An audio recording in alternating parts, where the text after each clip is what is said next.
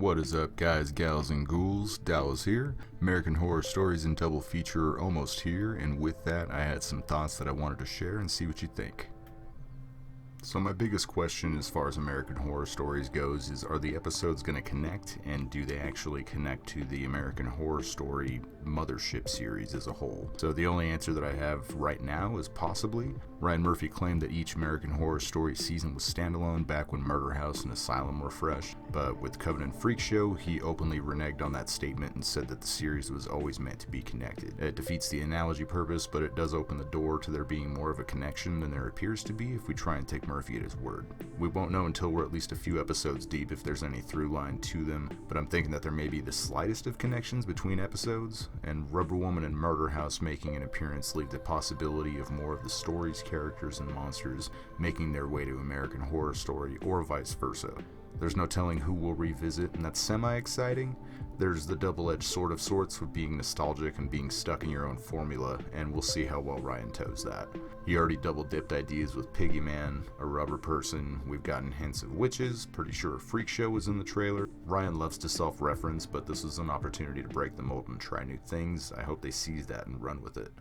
Given how many topics have already been explored through the series, we can't expect the wheel reinvented every episode, but we've yet to see more sci-fi things like the Blob, the Crazies, or even something more out of like a Final Destination, Omen, Oops All Accidents scenario. What scenario would you want to see them explore? I mean, there's got to be plenty of things that are still left in the horror canon that they can delve into. Not much else comes to mind, and that kind of worries me. Just thinking that, the well's running dry. They're not going to come up with anything new that doesn't seem like it's not a rehash of something else or itself at this point, honestly. Which begs the question that if American Horror Story got greenlit until season 13, what else are they going to use to fill those next seasons? We won't know more until we see the rest of American Horror Stories, but from what we've seen so far, the episode Drive-In looks like a lot of fun and the most original idea that's been presented so far. It seems to be the first to have completely new elements with a haunted film and how it affects people, but is it going to be like The Ring with an antagonist appearing to attack one by one, or is it going to be more like VHS with people getting infected after viewing it and now they're the antagonists?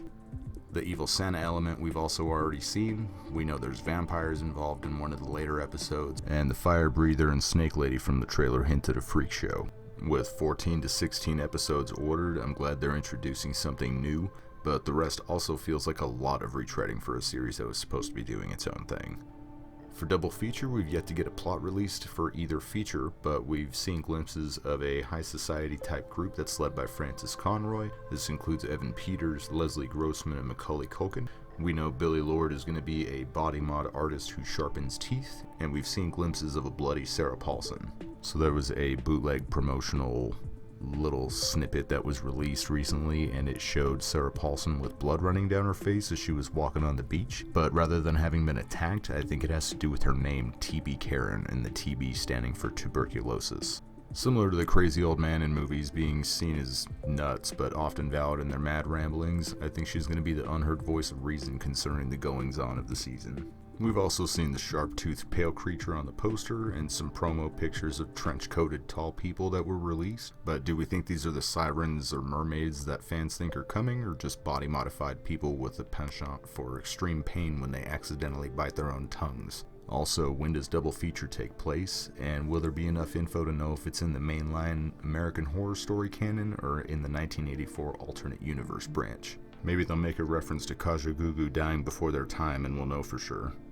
Until then, though, there's enough details about the second half that have come out to answer at least the when question, and it sounds like it'll be a span of time considering the characters that are being cast. With a Marilyn Monroe impersonator being cast as Ms. Monroe herself, Neil McDonough cast as President Eisenhower, I think, and multiple other presidents being cast. The poster all but guarantees that the latter half is going to be dealing with aliens, and the casting all but confirms their involvement with the government through American history. But what does their involvement entail? And after years of having seen alien movies, talked to people about them, seen TV shows and stuff like that, I remember a conspiracy theory that talked about the government and aliens having an agreement back in the day to where aliens could abduct people, experiment on us, all that good alien shit. So if you know about that, by all means let me know, because that is freaky as hell.